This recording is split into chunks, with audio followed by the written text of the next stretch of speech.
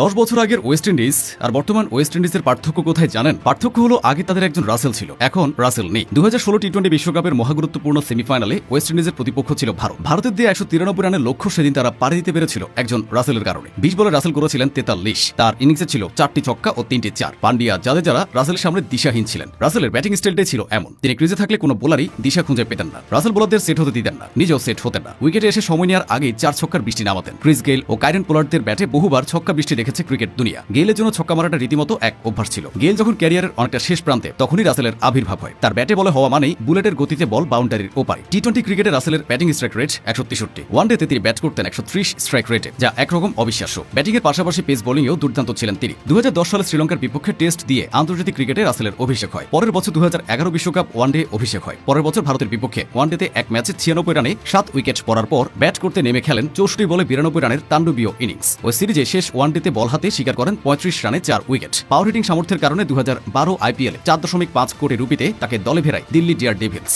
2012 সালে টি-20 বিশ্বজয়ী West Indies দলটার সদস্য রাসেল, যদিও ব্যাটে বলে সেবার ভালোভাবে জ্বলে উঠতে পারেননি তিনি। 2013 সালের 21 সেপ্টেম্বর ভারত এ দলের বিপক্ষে প্রথম বোলার হিসেবে টি-20তে টানা 4 বলে 4 উইকেট নেওয়ার কীর্তি করেন রাসেল। পরের বছর আইপিএলে মাত্র 60 লাখ রুপিতে তাকে দলে নেয় কলকাতা নাইট রাইডার্স। এরপর থেকে কেকেআর জার্সি গায়ে আইপিএল মাতিয়েছেন তিনি, জিতেছেন 3-3টে শিরোপা, গড়েছেন অসংখ্য কীর্তি। 2016 সালে কলকাতার হয়ে সর্বোচ্চ উইকেট শিকারী ছিলেন তিনি। একই বছর পাকিস্তান সুপার লিগেও খেলার সুযোগ পান রাসেল। ওই বছরই ক্যারিবিয়ান প্রিমিয়ার লিগে মাত্র 42 বলে সেঞ্চুরি করে দ্রুততম সেঞ্চুরির রেকর্ড করেন তিনি। তবে 2016 সালে তার জন্য সবচেয়ে বড় অর্জন ছিল জাতীয় দলের হয়ে দ্বিতীয়বারের মতো টি-20 বিশ্বকাপ জয়। আগের বারের মতো সেবার আর নিষ্ক্রিয় থেকে নয়, অলরাউন্ড নৈপুণ্য দিয়েই অবদান রেখেছিলেন। তবে এরপর নিষিদ্ধ নেওয়ার প্রমাণ মেলায় 1 বছর ক্রিকেট থেকে নিষিদ্ধ হন রাসেল। নিষেধাজ্ঞা কাটিয়ে ফিরেন ফ্র্যাঞ্চাইজি টুর্নামেন্ট আইপিএলে। পিএসএল, আইপিএল, বিগ ব্যাশে খেলেছিলেন জাতীয় দল থেকে বেশি। জাতীয় দলে অনেকটা অনিয়মিত এক মুখ ছিলেন রাসেল। অবশ্য ওয়েস্ট ক্রিকেটে ফ্র্যাঞ্চাইজি টুর্নামেন্ট খেলা সব ক্রিকেটারেরই এক চিত্র। জাতীয় দলের চেয়ে ফ্র্যাঞ্চাইজি ক্রিকেটকেই তারা বড় করে দেখেন। রাসেলের ক্যারিয়ারের শুরুটা একজন পেসার হিসেবে, এরপর সেখান থেকে ধীরে ধীরে বোলিং অলরাউন্ডার, কিন্তু পাওয়ার হিটিং সামর্থ্যের সবটা দিয়ে নিজেকে প্রতিষ্ঠিত করেন ব্যাটিং অলরাউন্ডার হিসেবে। মূলত একজন পেসার হিসেবে জাতীয় দলে আসেন তিনি। ব্যাট করতেন